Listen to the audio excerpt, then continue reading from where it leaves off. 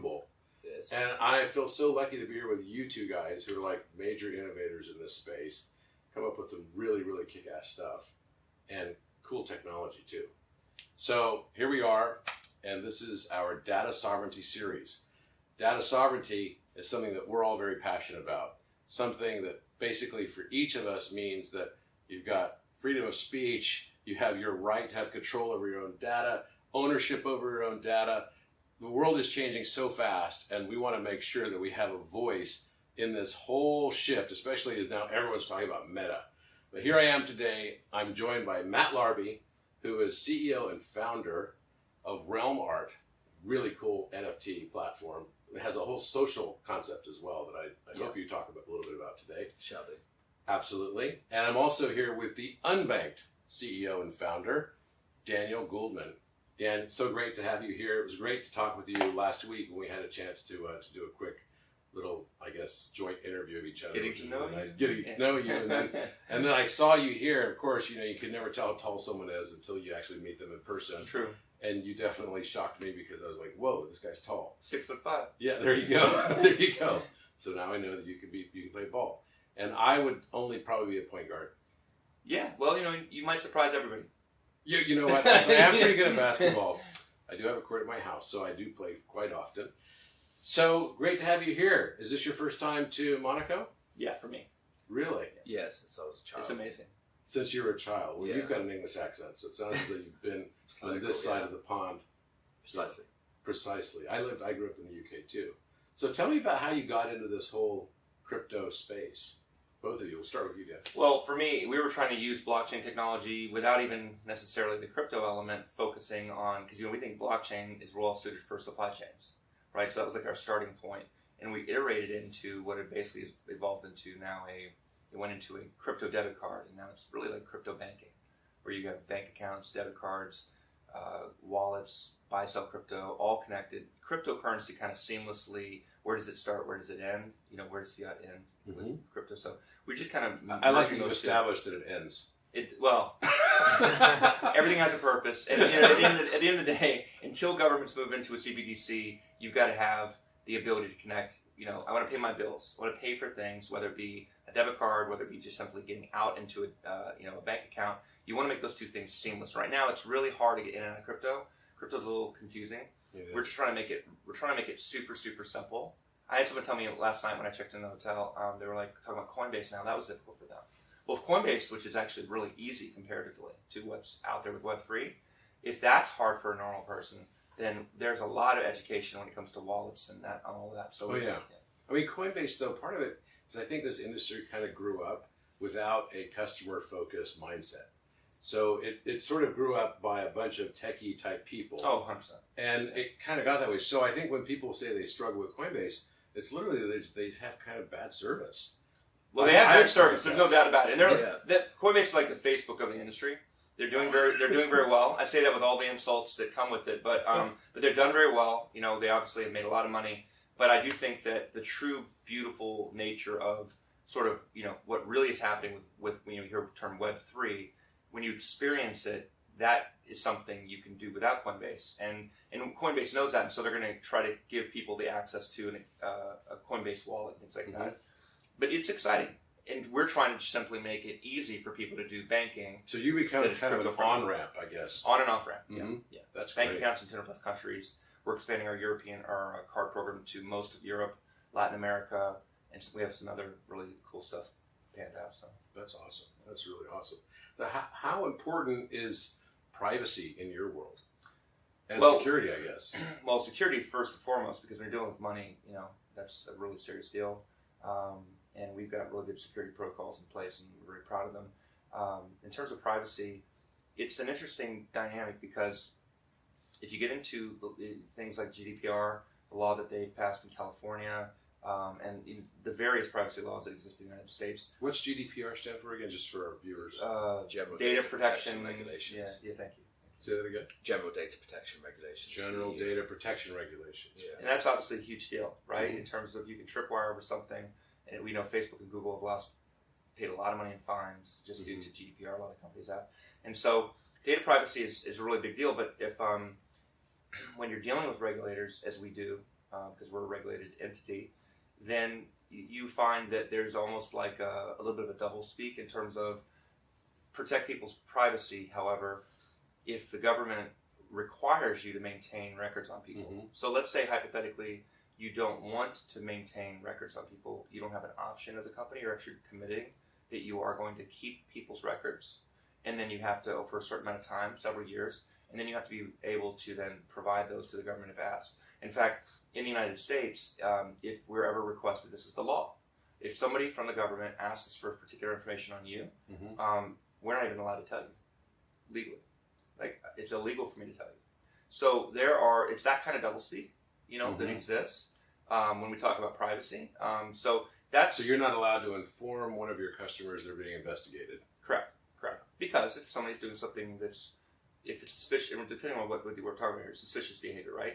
If somebody is potentially money laundering, you don't want to obviously, let the potential money launderer know.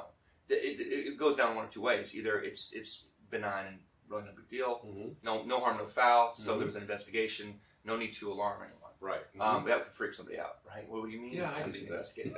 The other alternative is it's a bad actor, in which case you don't want to give them a heads up, like, hey, we know what you're doing. So, but the point is that privacy is going to be, I think, the conversation, the debate, and it's going to take a public conversation, because we're going to see, at least in the United States, we're seeing a bit of a frontal assault on, we'll say, cryptocurrency. In a sort of post 9/11 world where everything's viewed through a lens of terrorism, right? And terrorism and financial services are interlinked now. Like, people who don't know anything about cryptocurrency, and I joke about this all the time, they think there's only 3 potential use cases for what we do. I either deal in money laundering, I either deal with drug cartels, or I deal in weapons trafficking. Those are the only 3 possible use cases for cryptocurrency, according to somebody who doesn't know anything about it. Now, I say that in jest, obviously, but the reality is we're going to have this big debate, and our governments they're elected, presumably, unless you're in Russia, where it's not really truly a democracy. But if you're in the United States, and if you're in most parts of Europe, it's really it's a democracy, and you get to vote for people who represent your interests. So if those people who are there represent your interests, I do think we've gotten to the point where we've lost our minds a little bit. Now in the United States, and I'm a very liberal guy. And we've got people talking about now wanting to have records on anything over $600 per transactions. Yeah. We've lost our fucking minds. So we need to, the people, right, need to literally say, it's like, there's a limit, right? In the United States, the right to privacy is guaranteed by the 4th Amendment, and others. So if we value privacy, and it's important to us, and if we do have the right to be able to control our own financial freedom, then I think crypto is going to be a big part of that. But there are people right now that are trying to stomp on that. And that will be the push-pull dynamic. We'll figure it out. As a society, we will figure it out. But I care tremendously about that, where you can still protect from things that are bad, protect from the bad actors, protect against terrorism, and yet still maintain the right to privacy that we all are, at least in the United States, are protected with. So.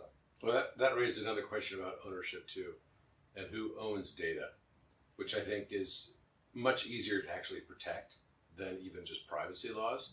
And I just went through this whole legal analysis, and that's why we came out at my company, Crown Sterling. We came out with a sort of data bill of rights, and the data bill of rights was that we believe that data is your intangible personal property, and it's yours because you're the original producer of it. So original producers should be able to own that, and therefore, because ownership rights are protected, like pretty much universally across. I mean, it's such a fundamental right to own something. Sure. That we found that was probably the very best way to protect data and your ownership, much easier than trying to go after the privacy argument, because there's so many laws. You're right. Since the Patriot Act, banking and terrorism kind of got melded into one. 100%. And so that makes it really difficult, because all these gray areas, right? These blurred lines that we have between financial institutions and privacy have all kind of been taken away as a result of many of those rules and laws that went into place right after 9/11. Sure. And if we had another 9/11 type of, if we had another 9/11 type event, you would see the same clamoring for forget privacy. Yeah, like, totally. Fuck your feelings. and like protect us. Well, it kind That's of what goes we back to that whole thing of like, you ever seen V for Vendetta? Yeah, great movie. Where it's like, the whole thing is that they also have a plague situation in the UK. It's all dystopian UK stuff. And although, did you see last week, like on Guy Fawkes Day, they had like this whole demonstration of everyone wearing V for Vendetta masks? No, I'm like, whoa, we are in some movie. Same day, pretty much. Totally. So basically, in the film, the whole thing is about how they kind of recovered from this huge plague type of COVID type scenario. And then some dictator got control, right? Who was sort of semi-religious dictator, is like kind of bizarro in the film. And the whole thing that got so dystopian screwed up was that they kept saying for the public good. Oh, well, everything is justified. But that's always the case for the public. That's good. always the case. That's what we see in authoritarian governments, and that's the thing that it's actually crypto is like anything else. It can be used for good. It can be used for bad. But more of it's going to be really good stuff. It's going to protect people from these sort of authoritarian type governments. In my opinion, it's the closest thing to freedom, true freedom. Not this like you see Chase Rewards freedom card. That's bullshit. That's a marketing message. True actual freedom and the ability to actually control your own destiny when it comes to financial services and your own money is, I think, a fundamental human right. Like that's our mission. Right, so you have people like the Chinese government, which is kind of my foil lately. They came out with their own digital asset, not because they are so innovative, although they are an innovative country, by stealing all of our technology. So they're innovative in that way. Beyond that, no, they did it as a defensive maneuver because you have all the 1+ billion Chinese people that are using U.S. dollars to buy Bitcoin and other cryptocurrencies, and so that's scary if you're the Chinese government because now you have everybody using dollars, right? Which is, by the way, the world's most traded cryptocurrency. So they had to create their digital RMB in order to sort of retroactively kind of get people into, give them the digital capability, but then keep them in the one. So I think if you can give people access, and this is what the American government doesn't seem to understand at a political level, and I hope that we do. If you have people, like there's over 1 billion people today, you're talking about freedom, there's over 1 billion people today with inflation rates over 10%. That's insane. Now, in the United States, especially within the last week, talking about inflation rates in the United States went up a lot. And that's going to happen when you print 30% of all the money in U.S. history came in 2020. Okay? Yeah, I mean, how exactly do we not get huge inflation when you got a third of the money supply is just printed in the last year? It's crazy. Well, in the entire history, from George Washington, to Thomas Jefferson, to Abraham Lincoln, to JFK, to Ronald Reagan, to Barack Obama, to Donald Trump. 30% of all the money, of all of that time. It almost seems like they're trying to tank it. It's not, no, it's not that. It's not that. It's it's not that. Look, we saw recovery, rebound. We're seeing inflation now, but people around the world want to be in dollars. And so the digital dollar is there's more hegemony in the digital dollar and crypto than there is in traditional fiat. In fiat, it's already the reserve currency. So if we play our cards right, we can actually give access to the rest of the world to dollars, which people in Latin America and other places want to be in because they want to have more control. So you give people the ability to get into the dollar.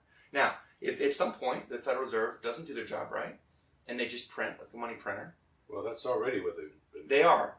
But I mean, compared to like Tanzania or some other countries, compared to Brazil. Yeah, we're definitely ahead of Zimbabwe. We're better than Zimbabwe. So I mean, Zimbabwe started out with their version of their dollar, and then within a year they had to print new bills that had like 10 trillion.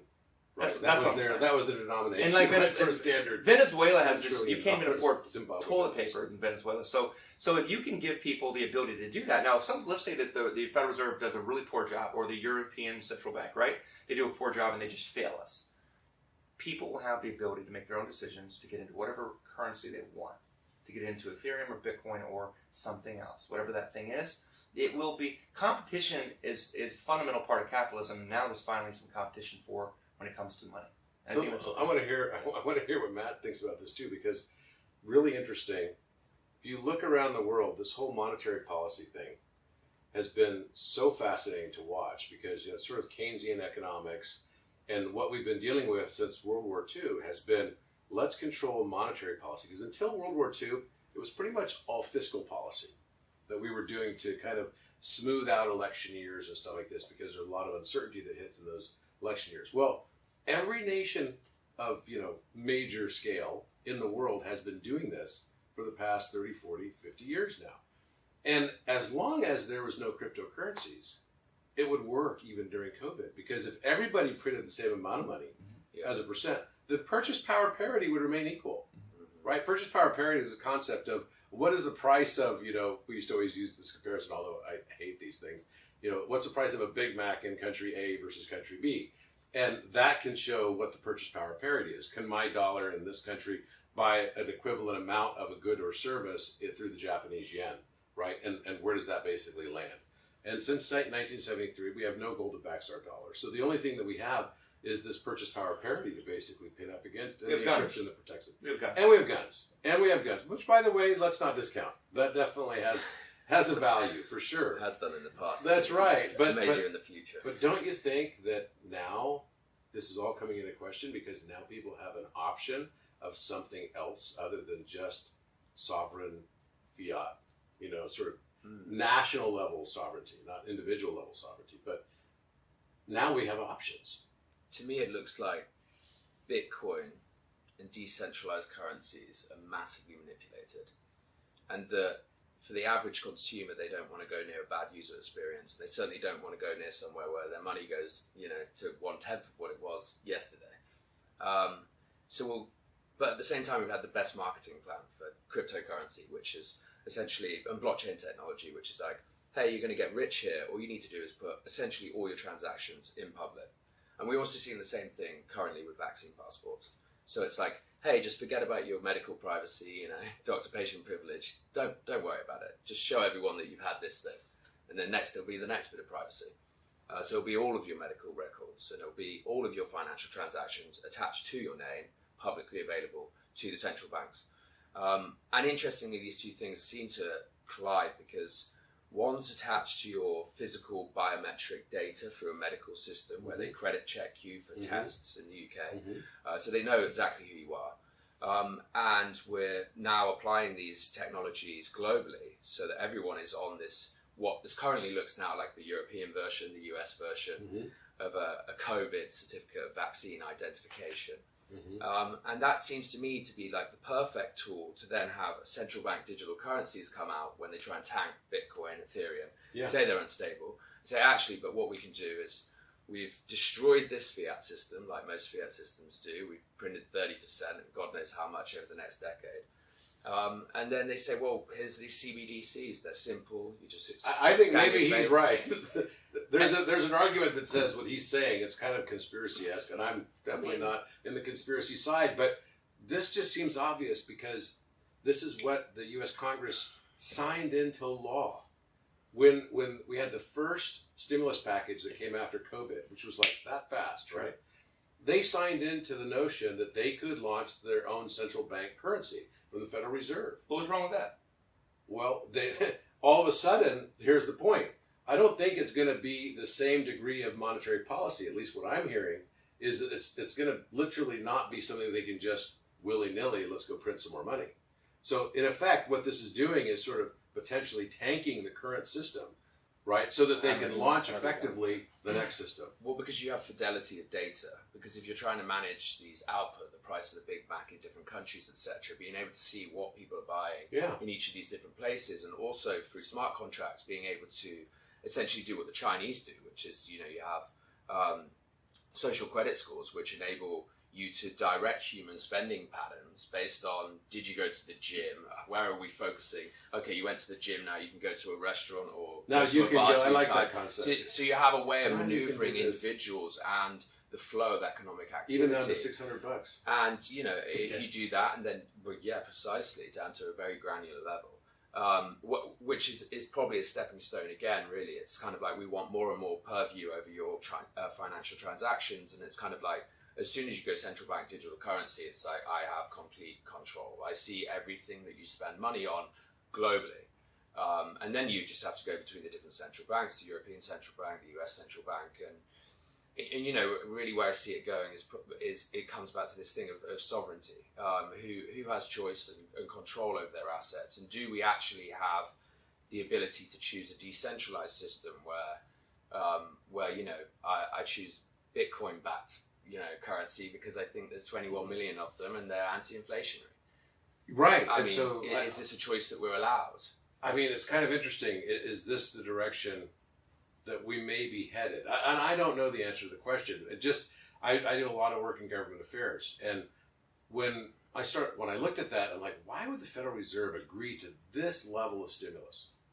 It's so over the top. Why wouldn't they? Well, It's Keynesian. yeah, no, absolutely, but it's unprecedented to this degree. COVID was unprecedented. Now you could say, we kind of made it super. We unprecedented shut too. everything down. Yeah. Everyone who wanted to work couldn't work. We said, you can't open your restaurant. And then we had to print tons of money to flood the zone, to prevent a depression.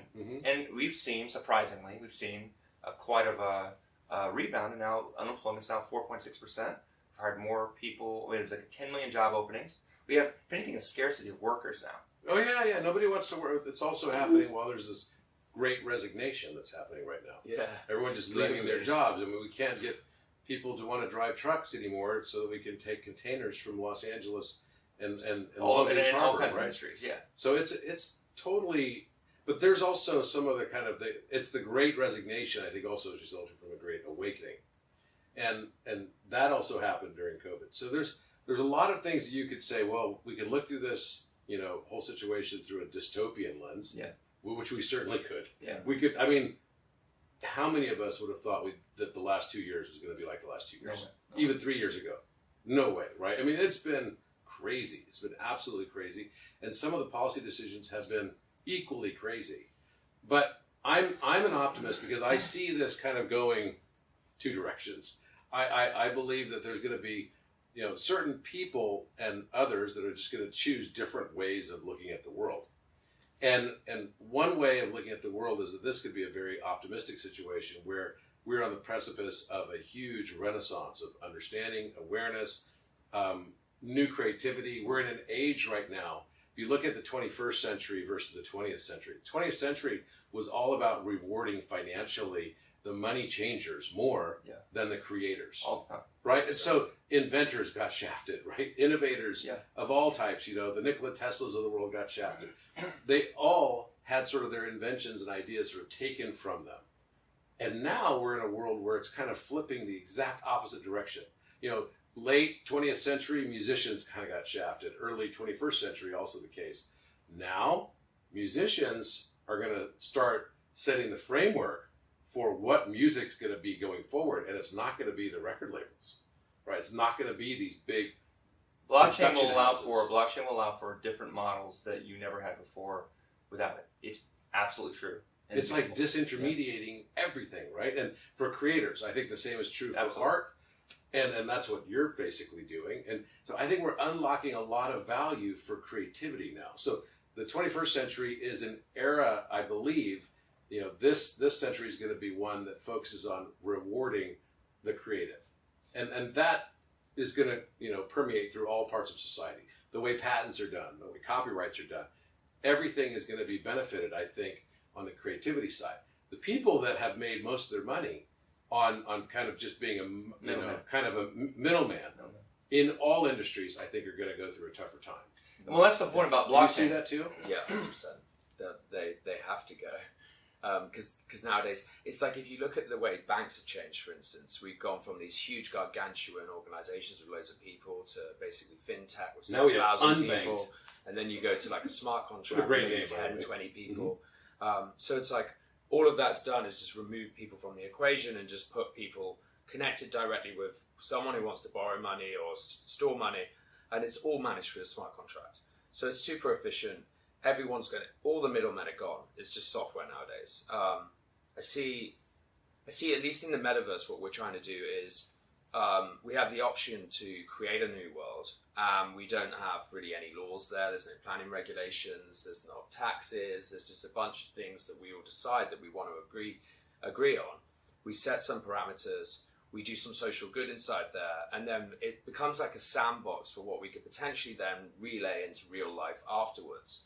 Because I don't think we'll change the bits, the matter out here. It's too difficult. It's too slow.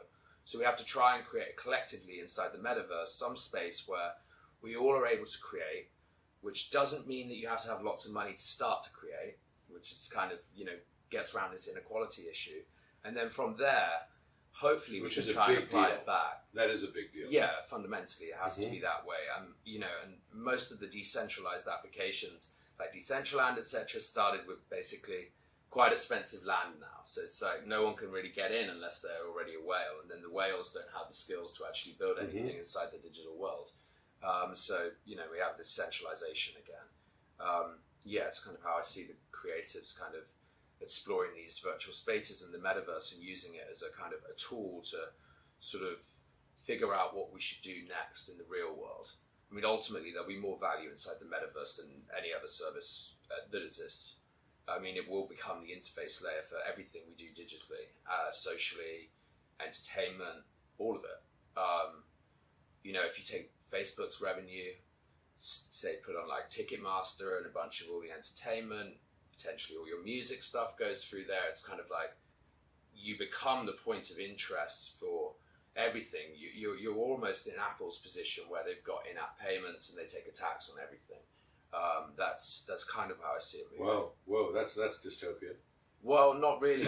as long as you spread this metaverse out, which is the reason that we have sort of play to earn and build to earn, which are basically your engagement offers you tokens in the overall world that we create together. And if you create a space which people visit, you also earn tokens in this world. So it's essentially equal from the start. Okay, so in this new world, does the term starving artists get used less?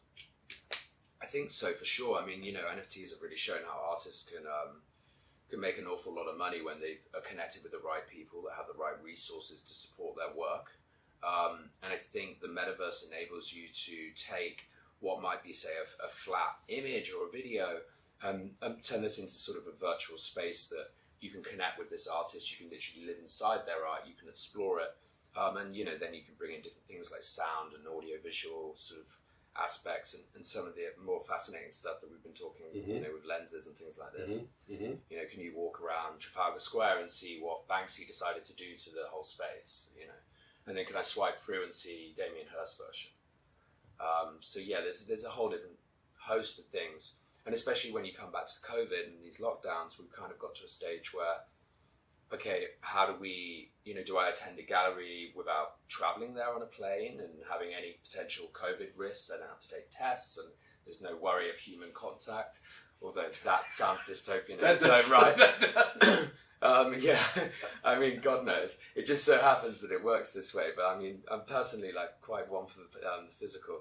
So I think we'll stop there. Yeah. We won't see how this permeates into relationships, and we'll stay with. Oh, God knows. Human relationships are always complex. So maybe an avatar. I mean, yeah. People are going this way. I mean, avatars seem to be super popular, and then there's kind of people are scanning their bodies and putting themselves in there. I actually had dinner with a girl who's a model who makes AI versions of herself and models in the metaverse. So it was quite fascinating. Yeah. Yeah. Wow. So did you get an HTML? I mean, it's done in Unreal Engine 5. That's funny. Okay, so back to this universe for a moment. So what do you think, what is it that is going to be the major driver to keep us from getting into this dystopian reality that's so technocratic, corporate driven? You use the term, Apple could charge a tax, right? Well, that's very true because, think about it. I think the whole nation state concept right now is something that people are starting to question, which is really interesting. So I'll give you an example. I have a pretty significant social media following. What's interesting about it is that I have people that follow me in Iran, right? And who communicate back and forth with me. And I'm kind of blown away because I'm like, wait, you're in Iran. How can you even do this type of thing? How can you even talk with me? And they're letting them participate on all these social platforms, which to me is going to be the end, eventually, right, of their entire sort of governance control mechanism over society. It's kind of like McDonald's and American culture is kind of what led to the fall of the Soviet Union, right, as a bloc. And letting that kind of come in, and that mentality, films and everything, and social media and all that is definitely going to have a big impact on this, changing environment we have right now. And the concept of what is a nation state. People are already starting to align around similar ideologies without boundary, right? There's no boundary. It's a global thing. It's likely to be similar in the metaverse, I would guess. And now Facebook just renamed themselves to Meta. It's like in the last 2 weeks, everything has become Meta, like literally everything Meta. But that sort of leads you to think it's going to be more like this dystopian kind of technocratic. Every futuristic film we saw in the 1980s and 90s always talked about the company, right? And it was always the corporation in the alien franchises, etc. How are we going to avoid this shift from nation state towards this meta and keep it entirely decentralized? How can we make sure it remains decentralized and not something that's just controlled by a new form of corporate sovereign? Or just true democracy, really, isn't it? Isn't that what we're trying to do? We share the ownership, the voting power, to the people that engage, treat every single individual based on the amount of time that they put in. Everyone's time is equal. And I suppose you then have to just ensure that the organization works within inside the regulations, which is where the difficulty comes, because it's like you could make the entire organization completely decentralized. There is no organization, merely some contracts distributed through a blockchain, right. That everybody has agreed on, that everybody can vote when we decide to make a change. Exactly, a DAO. And that seems like a pretty good way of doing things. Because when you say that social media companies have almost taken over the government's role, the government could still come and knock on the door and ask for all your data. And they do that. And actually, Edward Snowden talks about this. The NSA have backdoors into most of the large organizations that we use, and they most likely still do. Not to say that... Well, the White House has been telling Facebook which posts they should be censoring. Well, what do you mean by that? Oh, yeah. Yeah, literally. Recently, they admitted it. Jen Psaki even admitted it. What do you mean? On podium in the White House, she said, we've been informing Facebook which posts we don't like and we think should be removed. So here's the thing. Like, at the end of the day, I would have to research what Jen Psaki said, but we have a fundamental, rule of law in the United States, okay? And to me, I don't have any concerns, certainly not with this administration. They're not. They have all kinds of issues, but one of them is not about overstepping the law. And so if something's within the law, then whatever that is, they're going to do it. Okay, so the issue that you were talking about before, to me, it comes down to, I think you said democracy is the key point here. We've seen this growing thing in a global way. It's almost like we don't value at an individual level as much what democracy actually means. And so if you're not going to fight for it, right? Fight for it. And I mean fight for it in the United States, we have a little bit of bent towards fascism now happening, where people will overthrow a fucking capital. And they do it you talk about, under the name of patriotism. Fuck you and your patriotism if it involves you going into the United States Capitol to try to change, the election results. Okay? Go to jail. You don't pass go, you don't collect $200. We can't allow that to happen in the United States, which is the world's oldest democracy. We can't allow countries like India, which is the world's largest democracy with Modi, that have, there's a little bit of divisiveness that he's had happen there. Or in Erdogan in Turkey, we know what they've done, right? There's a bent towards fascism happening around the world and authoritarianism. Mm-hmm. So the choice that we have to make as people, it's like we have to take responsibility for ourselves, and we have to stop blaming everybody else. It comes down to when I'm going to fight for what I believe in, and if we do think that democracy matters, some people say democracy doesn't matter. In China, they tell you, look at those idiot morons in America, which, by the way, I would say Canadians are smart Americans, right? Because I look at my own people and I say, what are we doing? Like, we're not that smart right now. We can't just rest on our laurels from our history of amazing innovation. But we don't want to have a Chinese model. If you think what we're doing in the United States is bad, what happens with the world's second largest economy is trying to govern that way? I don't want a Russian or an Iranian or even a Turkish or a Chinese led type of government. No, but the thing is, a lot of people, I mean, it's becoming blurred lines, right? The reason why there's so much fascism push in the world right now, and I agree with you, is because there's also the counterbalance of that also happening. Okay. But what's interesting is that this is one of the things I learned when I worked for Bausch & Lomb. I came back, I went to Hong Kong on a business trip, and I had to interview this guy who had left the country manager position of Thailand for 5 years to go on a 5-year Vipassana, like one of those, you do 10-day Vipassana, you don't talk to anybody, don't speak at all. He did this for 5 years, vow of silence. Okay, yeah, I've heard. So the guy left, and the guy that replaced him in Thailand was his mentee. And after 5 years, he said, okay, now my boss can come back and be my boss again, which is very rare. I mean, in the pharmaceutical industry in particular, that's super rare. Mm-hmm. So I wanted to meet this guy, and I'm going to be one of the first people to talk to him after 5 years of silence, right? So we're at the salad bar line. We don't have flat salad bars anymore, right? Salad bars are gone. Even upstairs right now, I don't know if you guys had breakfast there this morning. They have someone pick the food for you out of the buffet. Same. It's so weird, right? I was like, can I just do this, please? Yeah. I know. It's I can get my pancakes. Right? I know. I can get my pancakes myself. It was so weird. So I'm talking to this guy, and I said, so what was it like? What'd you learn when you were, 5 years of vow of silence? And he says, there is no duality. What do you mean by that? Yeah, that's exactly what I said. It sounds very profound, but I don't know what the hell that means. What the hell does that mean?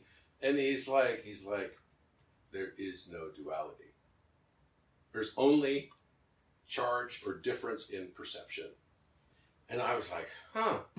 So he didn't say much more than that. It was so quiet, so stoic and everything. I thought, maybe there's something profound in this. So I'm flying home, and I take out my notebook, and I start to write down all the concepts of duality that I could think of. Okay, so I look up the definition of duality, right? I write down all the things like, okay, what's the opposite of arrogance?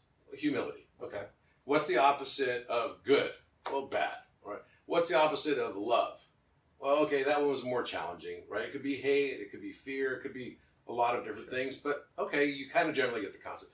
So I put 150 terms down on this notebook that I have. And I realized that actually what I had previously perceived as being on a linear sort of equation, sure, right? One opposite of the other, I realized it's more like a circle. Because I started thinking, okay, do I know someone who became so humble, they became arrogant in their humility? Oh yeah, I know lots of people like that. You know anybody who's ever loved you so much that they didn't yell at you and tell you they hate you? Oh, right? And there is a fine line between love and hate. 100%. Right? So then you start to realize maybe the way I'm looking at it is actually just the way that I want to see it, whatever that thing is. And communism has the same kind of characteristic. If you look at all fascist societies, all fascist societies started out as social democracies. They always start out with this language Germany. Social democratic, right? That this is Nazis. The Nazis were a democracy. They were social democracy. That's right. Before the Nazis. Exactly. And that's how these guys rise to power, which is really fascinating because it's like, wait, I'm going to run on communism where everyone's equal, but some are more equal than others. And look at China.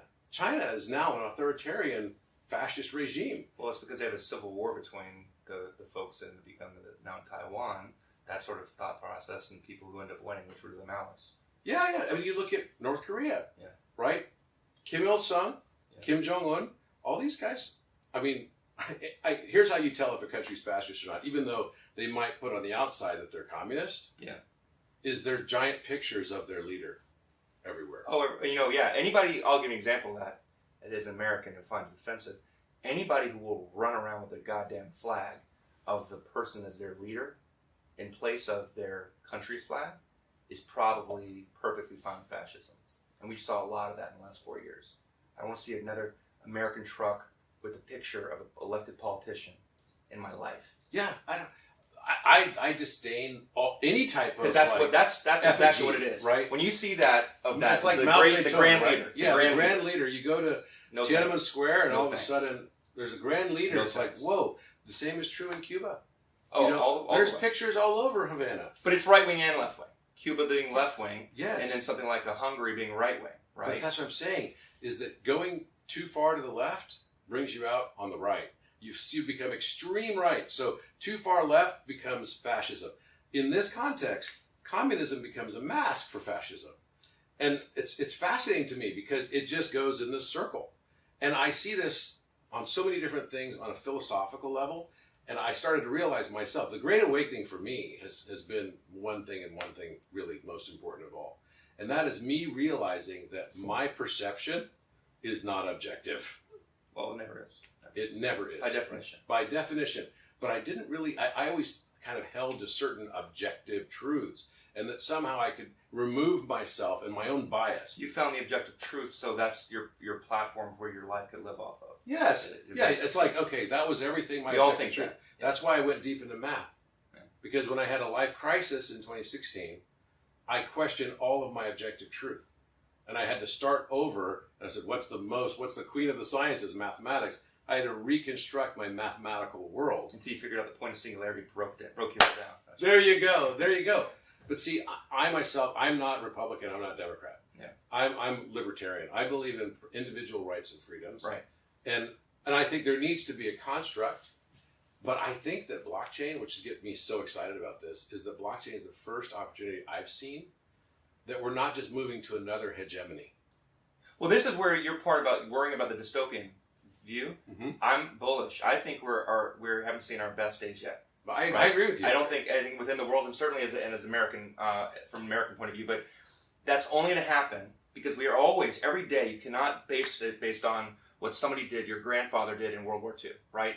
Like, that happened. The greatest generation, we view it from the United States, they did their part. We can't even wear a fucking mask without complaining. They went to war to save France, okay? Mm-hmm. Thank you, French. Where you gave up Paris. But we every day we make a decision. We make a decision every day that we are responsible as to ourselves and to our people, to our communities, to our country, to our. Frankly, I'm a cross-border guy. Like, I love people across all the world. So we have to make that decision today. And I think that if we go the right way, which I'm optimistic about, then it's going to be a beautiful future. And that will mean more control, will mean more decentralization for individual people, individual freedoms, which I'm a big proponent of. But that only happens if you work within the system, which means you have 50 million people, Americans, with cryptocurrency. And here's the thing I want to resonate out of this whole conversation. We can learn from history, just as we can learn from the mistakes of what happened from the social democracy of Germany that led to Hitler with hyperinflation. We can also learn from what happened in the 1915 to 1920 range in the United States, where you had a bunch of people whose sole mission was to make alcohol illegal. They were Prohibition. prohibition, and they were completely of all types of people. They were Democrats, Republicans. They were not of a certain sect. They kind of crossed. It's like a Brexit thing where they kind of didn't neatly clean up into a particular point of view. Mm-hmm. So their thing was, we're one issue voters. That's it. We're one issue voters. Mm-hmm. Don't care about any of this other stuff. I care about one thing. You're going to make alcohol illegal. It's the wrong mission, but it's the right way to go about it. And so if you're for that, we're going to vote for you. And it seemed impossible at the time. And they actually had a 5-year timeline to make it end, and it actually got it passed. So then we had prohibition in the 20s, which was a disaster, right? But the point is, their mindset was, we're only going to vote for you if you support this position. So if you think about that, and in democracies around the world, we say, listen, we're going to be one-issue voters. And we care about this issue around financial freedom. We think that this is the future, and I care about this issue. So by the way, I don't care what your position is on abortion. I don't care about what your issue is on this, and this, and this. Right. If you're not for it, I'm voting against you. I'm voting against you. I'm not voting for necessarily something else. I'm voting against you. Yeah. And I think that is what we need to do in order to change, to make sure that the United States should be the beacon of the world it can be. And if we fall down, then I think that then it's up to Europe. And Europe is a little bit of a fragmented mess, not because Europe's anything wrong with Europe, because it's all these different countries that are doing their own thing, right? So the United States has to be the leader on this issue, and that means Americans individually have to make it known that that's where they stand. So, but to that point, I'd love to hear your thoughts on this too, Matt. Does blockchain represent just a big opportunity for governance without more government? And could we also create a whole referendum process as part of that? Because, the whole blockchain process, the smart contracts and everything that kind of come along with that, it seems to me that this is the first time I've ever seen anything where there could be a more efficient governance model that the government could employ as well. Because I think blockchain is going to be something that gets used across all segments of society, I believe. Is there an opportunity now to say, instead of these, very, very bipolar issues like prohibition, right? And where everyone's just going to vote on one line, even though we're choosing a candidate based on, you could use the same thing for against abortion, for abortion, right? Same thing. But then you end up with a whole bunch of other stuff you didn't necessarily want. All the time. Right? Is there a way that we can cut through this kind of BS and get more of a referendum process? Well, yeah, there is. I mean, I'm surprised that we haven't seen it. Everyone does everything on their phone. They bank. They know who they are, and it's kind of like, why do we not have more form of direct democracy? Instead, what we've seen is the opposite: identity politics, where it's like, hey, but it doesn't even need to be explained. So maybe in blockchain, at least, we can use this central consensus, this source of truth, to you own this, you have these tokens, you're able to vote on this issue. It hasn't actually worked very well recently, though. Like, to date, most people that own the tokens tend to just be there to speculate rather than to sort of direct the project. Mm-hmm. Yeah, they don't really want to, and you just find that the large token holders kind of have such a sway anyway, which I guess is some of the problems that you have with pre-sale investors and things like this, where they just get substantially more tokens than sort of anyone who comes in later, which means that they substantially more voting power, I suppose. You can try and balance that out by taking a large portion of the tokens and pushing them out to the community. And then I guess it will come down to sort of voting via your phone or in some simple way about proposals. I mean, Ethereum's done it quite well, to be honest. Mm-hmm. But yeah, I mean, I'm surprised the government hasn't done it more. They have direct democracy in California. It doesn't work that well. Well, we have a referendum process, but it's not something that is... I mean, there are aspects of it, I'll say, that seem to work okay. I mean, I live in California, and there are aspects of it that I like that we have referendums on. And it actually just makes it definitive as well. It's true. It closes the issue. Whenever an issue comes up, it closes Prop 13. Whatever prop is coming up, it kind of closes the issue. When the vote is done, everyone just sort of moves on. So from that perspective, it's kind of nice. There are aspects that I do like. I don't love I think that the founding fathers of our country, and I'm definitely someone who's studied a lot the Constitution as well as the Declaration of Independence. And in the time that was put together, it was like a genius document, right? It was like beyond genius. And we needed representative democracy. There's that famous historical reference where they couldn't get all the states to agree on everything. And so all of the colonies sent a letter to King George III and said, hey, we don't want to have to pay taxes without representation, right? That was sort of the whole foundation of it. And so they thought that the English king was going to come back with some reasonable response. We're not going to tax you too much. And by the way, the level of tax they were looking at having to pay was so minuscule, it's laughable today. It's like laughable. And they're like, no way, we're going to go to war over this, right? We're going to break away from Mother England. Your taxes. Doing your taxes, right? It was like, there was a very different person back then, right? But it was funny because in the history books, the way it references this is that they couldn't get South Carolina and Philadelphia to agree on things. Well, who's the famous person from Philadelphia that was at the Declaration of Independence? Ben Franklin. So Ben Franklin, he's trying to get his own state to align on this stuff. He couldn't get his own state to align on it. But then finally the English king sends out this proclamation. It's like the Riot Act. He gives them the Riot Act. And the Riot Act is, okay, you're all treasonous and I'm going to hang all of you. Right? We're going to catch you all and give a reward to people that catch you, and you're all going to be hanged. Period. This is the Continental Congress. Can you imagine? The king just says, screw this. I'm not going to recognize any authority you guys have. You guys are a bunch of rebels, and we're going to kill all of you. Right. So Benjamin Franklin says famously, wow, what the colonies were incapable of doing ourselves to unite, right? The English king just did for us. Yeah. Because we all realize this day that either we will hang together or we shall surely hang separately. That's right. Yeah, that's a good quote. Right? And I'm totally a believer in the need for representation to the degree that we've had it for the last couple hundred years. But the founding fathers, if you think about a person who lives out in the country, that's why we have the Electoral College the way that we have it and everything. I think that they intended for the Constitution to be a living document.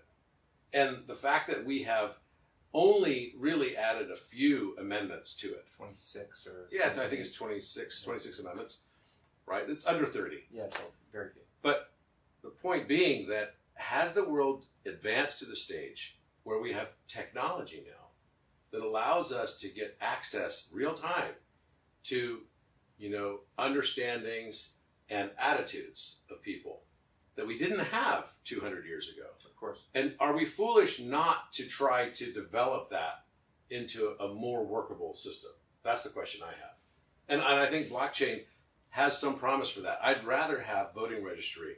If I knew for certain there was an absolute, blockchain that could not, it's got to be unfuckwithable, if that's a term. 100%. Well, it solves the problem around all these people who are claiming that there's all this, voter fraud, right? Mm-hmm. It's like, it's such an excuse where people say it was voter fraud. Lyndon Johnson was known, they called him Landslide Lyndon, and he was in a small town before he became a senator. And it's because, surprisingly, they had a lot of dead people voted in Lyndon's, for him. And and they stole, frankly, JFK stole the election from Nixon, in large part because of Lyndon, because of the mob. But we live in a more digital world. That was just 60 years ago, right? Let alone 200 years ago. So blockchain is really well suited to solve that problem, and it can create a fair playing field for everybody to make sure a person's been validated, and then you just can't kick people off the rolls. Because that's a famous tactic right now that we see, is that people's voter rights are basically if you have people in transit, I'm affluent, I don't move, I got my house and I don't move, so you can't kick me off the voter rolls because I don't move. But if you get somebody who's transient, that person's more likely to typically vote democratically, right? So you kick them off the rolls, and then they got to go back in, and it's a pain in the ass, and before you know it, I didn't vote. So if you use blockchain, it eliminates the question mark around whether or not they're legit, they've been validated, and then this way you can actually have a record. And as long as you can do it in a way that maintains their privacy, which is always the sticking point. If you can do that, then it can be a beautiful thing. But it's always about how you execute it. We've seen some pretty decent execution in parts of Europe. Parts of Europe where it's level-headed. Every time I talk to a regulator in Europe, they're just very level-headed, and they're doing their jobs right, and it's not a mess. We got a big country in the United States. It's a bit of a mess. We need to refocus and to focus on execution. Okay, what's your vision of the future, Matt? I don't know. I'd like to see more voting through phones. It seems weird to me that we're not doing that. You want relationships through phones, so... Well, no, I don't want that, actually. I freaking hate those apps.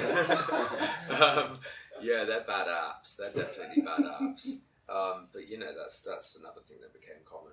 I don't know, I'd like to see people, maybe less of a two-party system and more people voting on issues that are important to them, potentially trying to remove all of the money from politics. Like, there's just way too much corruption and way too much secrecy there. It's totally imbalanced. Government's allowed to look at everything that you do and manipulate things. And I mean, they're literally now allowed to make propaganda legally. I think again in the US, it was legal for a while. So you're allowed to create government content, and push it at your own people, which is an indirect way of making them vote in a certain way. Well, that's why some people found the whole Jen Psaki statement kind of repellent, right? Because censorship also, because what's happened is it's gone to the imp of the perverse. I think obviously taking out information that is like absolutely problematic, but still someone's opinion. Like putting bleach in your veins, maybe? Like putting bleach in your veins or whatever. It doesn't sound like not a good idea. It's not a good idea. I mean, you know what? There should be sort of a minimum level of education or something. Maybe who knows? But this idea, and I've seen it on social media, because even my social media has been censored. Not because I never talk about COVID. I never want to talk about COVID, and I never talk about vaccines. I never talk about any of this stuff. Dangerous numbers, though. Yeah, I talk about these damn dangerous numbers. And so actually what happened, I made one post where I was talking about Egyptology, and I was talking about Osiris and Isis. And I got censored on that because the AI read it as, oh, that's a terror organization. Of course. It was AI. It was AI, totally. But they don't have a mechanism to pull it back. So I appealed it, and then it just went to another AI. So, and then after you've gone to your second time, they said, no, this is still a terror organization thing. It was like clearly not what this was. And I was like frustrated as hell because what happened then is you get shadow banned, right? Yeah, so all the time.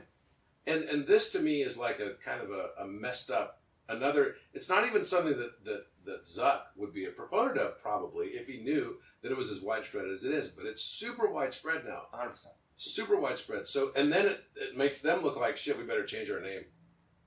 Well, that's where I think you'll end up getting into where blockchain will have these like unstoppable domains. Mm-hmm. Where you have these extensions where you go to a website and it cannot be taken down. Yeah. Right. And that you won't have an organization like Facebook taking it down because it'll just be decentralized. Yes. But the gift and the curse of that, as beautiful as it is, if you want to see freedom in its fullest, capacity, you'll have political dissidents in China doing the good thing, right? Mm-hmm. You'll have patriots in America, talking about how the election was stolen. You'll see child pornography.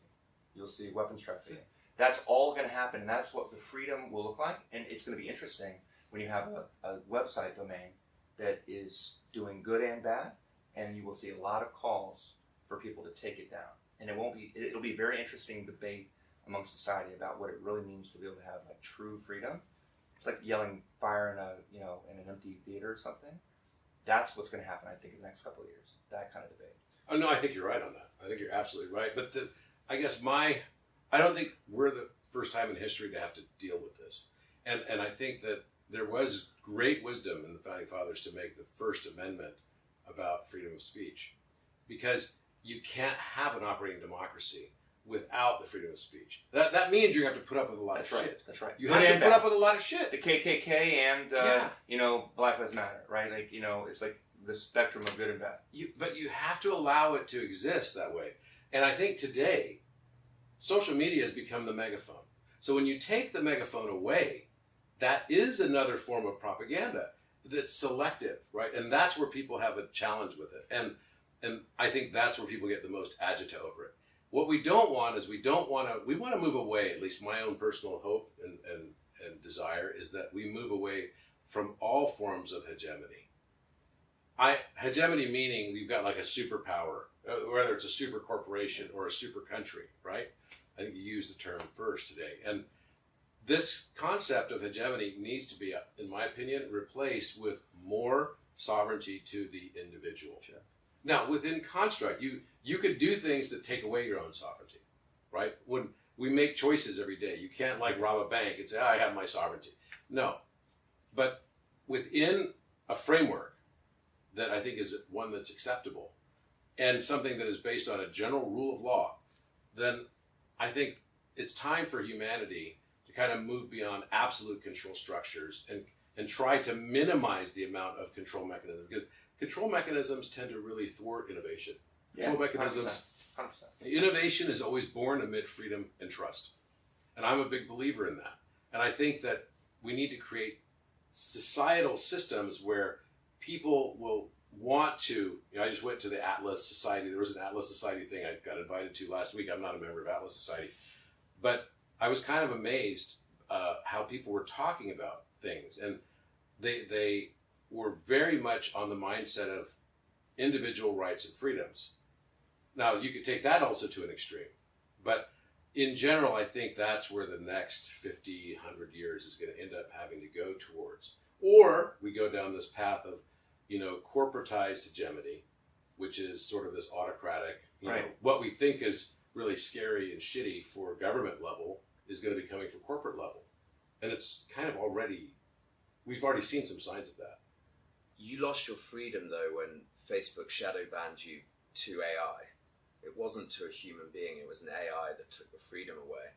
So we do have to be careful about, if we decentralize these systems, we put things into smart contracts, we run AI over there to try and manage and thwart lots of these issues, hide bad content, for instance, let's say like the really egregious stuff. We have to be careful with the sovereignty that we're handing to computing systems and taking away from individuals. There's certainly a risk there that I'd be a tad concerned about. Because if we don't have, there has to always be a fallback that keeps the final control, the say goes to humans, whether that's a decentralized panel of people or we vote on the issue. There's a reason why we've evolved over the last 3 million years, right? I mean, hopefully we've evolved over the last 3 million years. It's debatable. It's debatable at times. But, I mean, there's going to have to be a lot more evolution, I think, for AI to get to the stage where it can think and have empathy, right? Because I think for me, intent is a huge part of what the law should be based around. If the intention was bad, right? I mean, clearly, AI can't. They have search words. I'll give you another example. One of my friends from Mexico, who's the shaman of the Toltec Indian tribe, that is like the guardians of the Teotihuacan Plateau. Okay, and one of my friends responded to one of my social media posts. And his name was Gorilla. Cool name. And that's even his handle, right? Cool name. Cool name. I mean, it's a really cool name. Never known a gorilla. I never knew a gorilla either. So I wrote back, Gorilla, ! How are you? And that was deemed to be offensive by the Facebook algorithm because it's a racist term. There's a long history of people referring to black people as monkeys. So, yeah, I know. But see, this is one of those things where I think Matt's right, that there needs to be some sort of, if you're going to, push it all to AI, there needs to be some mechanism that can rebalance things to, the same, rather than everyone just going to total insanity. Because that happens. And then it's really frustrating when you get censored on something like that. Yeah, of course it is. Taking it back to balancing politics, I'm absolutely fine. If the government wants to look at everything, we should be able to look at everything the government does. Very simple. We'll balance their corruption with the same policies by putting cameras and recording. I mean, transparency. Transparency goes both ways. They work both ways. They work for us. Okay, we don't work for them. Well, that's a great line, by the way. Now. That is the argument. The way it is. No. He's right. That's what Ted's saying is right, because this is straight from the Constitution and from the Declaration of Independence, right? Which is like governments derive their just powers from the consent of the governed. That's right. Right? Governments deriving their just powers, like correct powers, morally, from the consent of the governed. And that's a debate right now. That's a debate among a lot of people. That's a debate that we have to take seriously. And but I'm an optimist. Same. I had a chance to meet with Shimon Peres, and he came to California the year before he passed away, and he asked me to come up to, I'd met him in 2007, and he asked me to come up and meet with him in LA. And so I drove up to LA and sat down with him, and I said, as you look back on your life, he was like almost 90, he was in his late 80s at the time. He ran for president in Israel 3 times. He won the last time. He was already in his 80s when he won. Super old when he was president. Super old when he was president. And I said, you've played such a role at the UN level. You've done all this stuff. As you look back on your life, what's the thing you're most proud of accomplishing? And he said, the thing I'm most proud of is that I don't look back. And I'm like, okay. There's no duality. That's what that sounded like. Yeah. And he goes, and he said, if I can give you any advice, it would be to be an optimist. Be an optimist. Statues will never be erected for pessimists. Yeah. And by the way, pessimists never refer to themselves as pessimists. They're only realists. Yeah. Right? They're only realists. My wife will pragmatic optimist. That's right. But I'm definitely an optimist. I think that blockchain represents a huge opportunity in the world, and we're only just now starting to see. And I don't think it's not about speculation. That's not what gets me excited about blockchain speculation and making money quick and all that. I see it as a tool that is a convergence of a lot of things that already existed, but have been put together in a beautiful way that could actually help humanity go to the next level of its governance model. And it's evolving quick. And it's evolving very quickly. Faster than anything. Yeah. But as fast as you and I think what's going to be so important in all of this is that, like in this world, right, whether you call it meta or blockchain world, whatever you want to call it, we have to have the same kind of courage and fortitude as founding fathers did, and have founding mothers there alongside us as well, and realize that our intention is going to be 9/10 of what comes out of this if we do this correctly. If our intention is correct, then I think we can do some really amazing things that could set a new path forward for the next 100+ years, that would also be able to keep up with this pace of rapid change. Yeah. And that's what I'm concerned about. I think what we're really seeing is we're seeing the whole concept, to the degree that we have it, of representative democracy being stretched about as far as it can be stretched, right? With the rapid change in society right now. NFTs weren't even really in the discussion matrix of the, blogosphere a year ago. Yeah. Okay. It's true. And now it's like freaking everywhere. Culture The pace of has become change. NFTs. And dude, here's Burger the King is problem. doing an NFT. Yeah, Burger King's doing an NFT. Yeah. So here's the thing, right? It's like the pace of change is so rapid right now, and you've got all these congressional leaders that are our representative leaders, right? Yeah, that we exactly. elect. We don't vote for issues, except for California. We vote for, representatives, and those representatives have a bitch of a time trying to keep up. And already they were miles wide 100%. and an inch deep Yeah. on any topics. Yeah. So They're not experts in subject matter experts in this field. Yeah. No, there's just no way. Yeah. And so I think that is going to be more and more the case, and it's going to represent unique challenges that I'm hoping that if we start to implement more in the blockchain space, that'll do two things. It'll make it more normal, and you'll get more widespread adoption of things like cryptocurrencies and everything. But I'm also hoping that it'll drive more innovation for creators, the age of the creator. This is what I kind of see this as.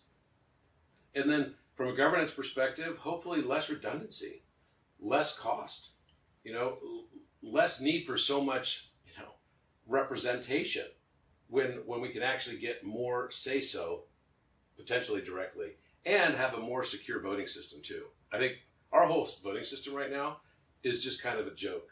And it needs to be replaced with a homomorphic, fully encrypted thing that is your own blockchain that you can, some people that would say, the readers of Revelation would be like, that's the mark of the beast, right? That all of a sudden everyone's got an identification, Sure. You can prove who you are.